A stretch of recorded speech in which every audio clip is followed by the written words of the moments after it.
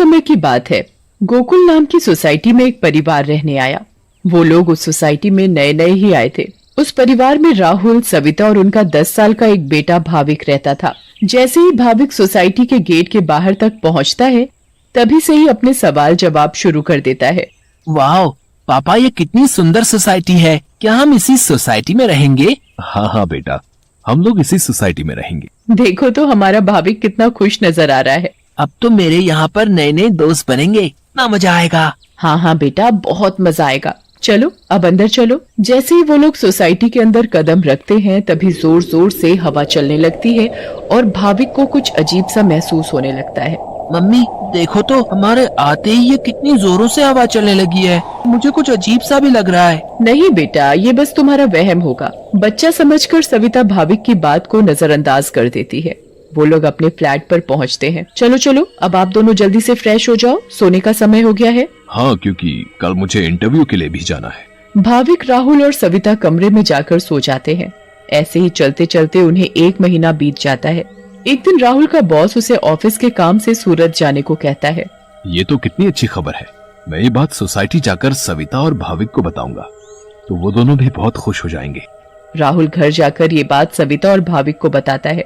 सविता, ओ सविता, कहाँ हो तुम? तुम्हें एक खुशखबरी देनी है। अरे हाँ हाँ, क्या हुआ? इतना क्यों चिल्ला रहे हैं आप? हाँ पापा, क्या हुआ? आप इतने खुश क्यों नजर आ रहे हो? अरे खुश ना हो तो क्या करूं, बात ही ऐसी है। अब आप बताएंगे भी, क्या बात है? मुझे मेरी नौकरी की तरफ से सूरत ले जा रहे हैं। बहुत बड़ा प्रोजेक्ट है। अगर सब अच्छे से हो गया तो क्या पता वहाँ से आने के बाद मेरा इंक्रीमेंट भी हो जाए। अरे वाह, ये तो बहुत अच्छी खबर है। वाह पापा, आप तो सूरत जा रहे हो। मैं भी जाऊंगा, मैं भी जाऊंगा। बेटा, मैं तुम्हें अपने साथ नहीं ले जा सकता। और सविता, तुम मेरा सामान पैक कर दो। मुझे आज ही रात 12 बजे तक निकलना है। मैं बस कुछ ही दिनों के लिए जा रहा हूँ। सविता राहुल का सामान पैक कर देती है और राहुल उसे रात 12 बजे सूरत के लिए निकल जाता है। चलो भाविक, अब तुम भी जल्दी से दूध पीकर कमरे में सोने चलो। ठीक है मम्मी। सविता और भाविक अपने कमरे में चले जाते हैं। सविता तो सो जाती है, मगर भाविक को नींद नहीं आती। बहुत तेज बारिश होने लगती है। भाविक बालकनी में जाकर खड़ा हो जाता है और बारिश के मजे लेने लगता है। वाह, कितना सुंदर नजारा है। भाविक की नजर अचानक सामने वाले फ्लैट पर पड़ती है, तो वहाँ एक मोमबत्ती जल रही होती है। ये क्या है? ये सामने से कैसी रोशनी दिखाई दे रही है? ऐसा लग रहा है जैसे कोई मोमबत्ती जली हुई हो। अगर जब से हम यहाँ आए हैं, तब से तो ये फ्लैट बंद पड़ा है। भाविक को फिर अचानक से एक औरत चलती हुई दिखती है। अरे ये औरत कौन है? कहीं यहाँ कोई भूत तो नहीं? मम्मी, मम्मी, भूत, भूत, मम्मी, मम्मी बचाओ, मुझे बचाओ। क्या हुआ बेटा, क्या हुआ? तुम इतना क्यों घबरा रहे हो? मम्मी, वो भूत, भूत। क्या बोले जा रहे हो तुम? ठीक से बोलो, मुझे कुछ भी समझ में नहीं आ रहा है। मम्मी, मुझे नींद नहीं आ रही थी तो मैं बालकनी में जाकर खड़ा हो गया और बारिश देखने लगा। तभी मैंने सामने के फ्लैट में जलती हुई मोमबत्ती देखी और एक औरत को देखा। नहीं बेटा, ये भूत वूत कुछ नहीं होता। ये तुम्हारे मन का वहम है। नहीं मम्मी, मैं सच कह रहा हूँ। नहीं बेटा, चलो अब सो जाओ, रात बहुत हो रही है। नहीं, मैं आपको लेकर जाता हूँ। अच्छा चलो, दिखाओ कहाँ है भूत। फिर भाविक सविता को बाहर लेकर जाता है। कहाँ है भूत? मुझे तो कहीं कोई नहीं दिख रहा। मम्मी देखो, वहाँ पर देखो, वो सामने वाले फ्लैट में। अरे बेटा, कुछ भी नहीं है वहाँ पर। नहीं मम्मी, मैं झूठ नहीं बोल रहा।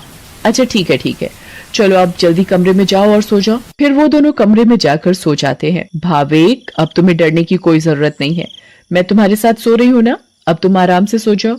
अगली सुबह भाविक सोसाइटी के दूसरे बच्चों से मिलता है। तुम सबके नाम क्या है? मेरा नाम पिंकू है। मेरा नाम सोनू है। और मेरा नाम गोली है। सारे बच्चे मिलकर पूरा दिन खूब मस्ती करते हैं। फिर रात में सारी औरतें सोसाइटी कंपाउंड में बातें करती हैं। तभी सविता रात की बात सारी औरतों को बताती है। दूसरी ओर भाविक और उसके सारे दोस्त लुका छुपी खेल रहे होते हैं। पिंकू गिनती करना शुरू कर देता है। तभी सारे बच्चे इधर उधर छिप जाते हैं, मगर भाविक खेल खेल में अपने फ्लैट के सामने वाले फ्लैट के दरवाजे तक पहुंच जाता है। उसे ये पता नहीं होता कि ये वही फ्लैट है जिसमें कल रात उसने एक औरत को जलती हुई मोमबत्ती के साथ देखा था। अरे ये दरवाजा तो खुला हुआ है और यहाँ तो कितनी सारी लाइटें हैं। चलो अब मैं जल्दी से इस घर में छिप जाता हूँ ताकि मुझे कोई ढूंढ ही ना पाए। वो जगह ठीक है, मैं उस कमरे में जाकर छिप जाता हूँ। भाविक जैसे ही उस फ्लैट के कमरे की ओर जाने लगता है, वैसे ही बाहर की सारी लाइट्स लुप लुप होने लगती हैं। ये क्या हो रहा है यहाँ पर? अचानक ये लाइटें लुप लुप कैसे होने लगी? भाविक इधर उधर देखने लगता है। तभी भाविक की नजर दरवाजे के ऊपर पड़ती है। ये दरवाजे के ऊपर क्या लिखा हुआ है? भूत! मम्मी, मम्मी बचाओ बचाओ! भाविक चिल्लाते हुए सोसाइटी कंपाउंड में जा पहुंचता है। अरे, ये आवाज तो भाविक की लग रही है। ये तो भाविक की आवाज है। भाविक की आवाज सुनकर सारी औरतें और आदमी कंपाउंड में जमा हो जाते हैं। तभी वो देखते हैं कि सामने से भाविक भागते भागते चला आ रहा है। मम्मी, मम्मी, वहाँ सच में वहाँ भूत है। क्या हुआ बेटा भाविक? हाँ बेटा, क्या हुआ? तुम इतने घबराए हुए क्यों लग रहे हो? हाँ बेटा, कुछ तो बताओ। कहीं तुमने फिर से सामने वाले फ्लैट में भूत तो नहीं देख लिया? भूत? भूत? कहाँ है भूत? मैं छुपने के लिए एक फ्लैट में चला गया क्योंकि उसका दरवाजा खुला हुआ था। मैंने वहाँ लिखा देखा। क्या लिखा देखा और कहाँ देखा? कि यहाँ से चले जाओ वरना मैं तुम्हें मार दूंगी। चलो बेटा, तुम हमें वहाँ लेकर चलो। हाँ हाँ, चलो अंकल, मैं आपको वहाँ लेकर चलता हूँ, आप खुद ही देख लेना। भाविक सभी लोगों को उस फ्लैट में लेकर जाता है। कहाँ लिखा है बेटा? अरे यही तो लिखा था। चलो भाई, यहाँ तो कुछ भी नहीं है। बेटा भाविक, चलो अब चलो। सभी लोग भाविक को वहाँ से ले जाते हैं, मगर भाविक उस दरवाजे को देखते देखते चलता है। नहीं अंकल, मैं सच बोल रहा हूँ। हमें इस बच्चे की बात एक बार मान लेनी चाहिए और आज रात मिलकर सोसाइटी पर नजर रखनी चाहिए। हाँ, आप सही बोल रहे हो। क्या पता ये सब सच हो। तो ये तय रहा कि आज रात हमारे पति सोसाइटी की देखभाल करेंगे। उस रात 3 आदमी सोसाइटी के गेट पर खड़े रहकर सोसाइटी की देखभाल कर रहे थे। मुझे जरा बाथरूम जाना है, मैं बस अभी जाकर आता हूँ। हाँ हाँ ठीक है, तुम होकर आओ। क्या हुआ जी? गुड्डू को बहुत डर लग रहा है और वो बोल रही है कि आप ही उसे सुलाएंगे, तो आप जरा ऊपर आकर उसे सुला जाएंगे। ठीक है, अभी आता हूँ। दूसरा आदमी पहले आदमी से बोलता है। मैं जरा अपनी बेटी को सुलाकर आता हूँ, उसे डर लग रहा है। अब सोसाइटी के दरवाजे पर सिर्फ रमेश यानी तीसरा आदमी ही बचता है। कहाँ रह गए ये दोनों? वो आदमी इधर उधर घूमता रहता है और अब उसे भी अकेले डर लगने लगता है। तभी उस आदमी को किसी औरत का साया दिखता है। उसके लंबे खुले हुए बाल और पायल की छम छम आवाज। चुड़ैल, बचाओ बचाओ, चुड़ैल। फिर अचानक वो चुड़ैल उसके सामने आ खड़ी होती है और आदमी बहुत तेज चिल्लाता है और वहीं बेहोश हो जाता है। अरे ये चिल्लाने की आवाज किसकी आई? हाँ, आवाज तो मुझे भी आई। चलो चलकर देखते हैं। सारे सोसाइटी वाले अपनी बालकनी में आ जाते हैं तो वो क्या देखते हैं कि वहाँ रमेश बेहोश पड़ा हुआ था। ये आवाज कैसी आई थी? फिर सोसाइटी वाले नीचे आ जाते हैं तो वो वहाँ पर रमेश को जमीन पर पड़ा हुआ देखते हैं। सब जल्दी से नीचे आते हैं। सविता और भाविक भी नीचे आ जाते हैं। अरे कोई इन्हें होश में लाओ, उठिए भाई साहब, उठिए।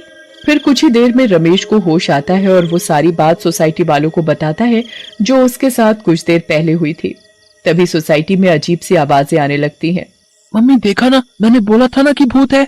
हाँ बेटा, तुम सही कह रहे थे। तभी सोसाइटी के बीचों बीच धुआं उठने लगता है और वहाँ वो चुड़ैल आ जाती है। कौन हो तुम और क्यों हमें इतने दिनों से परेशान किया हुआ है? हाँ हाँ बताओ, क्यों तुमने इतने दिनों से इन लोगों को परेशान किया हुआ है? हम भी तो इसी सोसाइटी में रहते हैं। तुमने कभी हमें तो परेशान नहीं किया, तो इन लोगों को ही क्यों? हाँ हाँ बोलो बोलो। तुम्हारी वजह से मैं कितना डर गई थी। बताती हूँ, सब बताती हूँ। कई सालों पहले जब मेरी शादी हुई तो मैं और मेरे पति रवि सविता के सामने वाले फ्लैट में रहने आए। हम बहुत खुश थे, पर अचानक मेरी माँ की तबीयत खराब होने की वजह से मुझे कुछ दिन के लिए यहाँ से जाना पड़ा। और तभी सविता के फ्लैट में एक बहुत सुंदर लड़की रहने आई। रवि उस लड़की को पसंद करने लगे थे और वो लड़की भी। उस लड़की को ये बात नहीं पता थी कि रवि शादीशुदा है। मैं जब वापस आई और मुझे ये सब पता लगा तो मैंने रवि को समझाने की बहुत कोशिश की, बहुत लड़ाई की, पर वो नहीं माने। रवि मुझे छोड़कर उस लड़की से शादी करना चाहते थे और एक दिन रवि और वो लड़की चुपके से अचानक कहीं चले गए। मैंने उन्हें ढूंढने की बहुत कोशिश की मगर वो मुझे कहीं नहीं मिले। और एक दिन मैंने उन दोनों को बाजार में साथ देखा। उन दोनों ने शादी कर ली थी। मैं भागते हुए घर आई और ये बात मुझसे बर्दाश्त नहीं हुई और उसी रात मैंने फ्लैट से कूदकर अपनी जान दे दी। और उस दिन से इस फ्लैट में किसी को रहने नहीं देती जिसमें सविता और उसका परिवार रहता है। हमें बहुत दुख हुआ सुनकर जो भी तुम्हारे साथ हुआ, पर इसमें मेरे और मेरे परिवार का क्या कसूर है? हाँ आंटी, आप तो अच्छी आंटी हो, ऐसे कैसे कर सकती हो? चुड़ैल भाविक की मासूमियत देखकर पिघल जाती है। ठीक है, अब मैं तुम लोगों को कभी परेशान नहीं करूंगी। ऐसा कहते ही वो चुड़ैल हवा में गायब हो जाती है और कभी किसी को परेशान नहीं करती।